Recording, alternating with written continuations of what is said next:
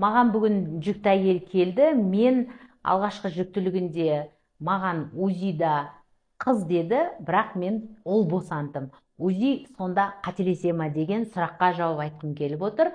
УЗИда әртүрлі мамандар отырады, қателесуі мүмкін. Жалпы егер ол білікті маман болса, тәжірибесі жоғары болса, ол қателеспейді. Мүмкін ол қателескен маман енді УЗИді алғаш рет үйреніп жүрген, енді датчик ұстап, енді үйреніп жүрген дәрігерлердің бірі де болуы мүмкін. Және аппараттың жаңағы изображение дейді ғой, кескін аппаратты жаңағы көрсеткішіне де байланысты. Кейбір аппараттар өте ескі да, соған да байланысты. Жалпы нақты мүмкін олар ерте айтып қойды, қателесті.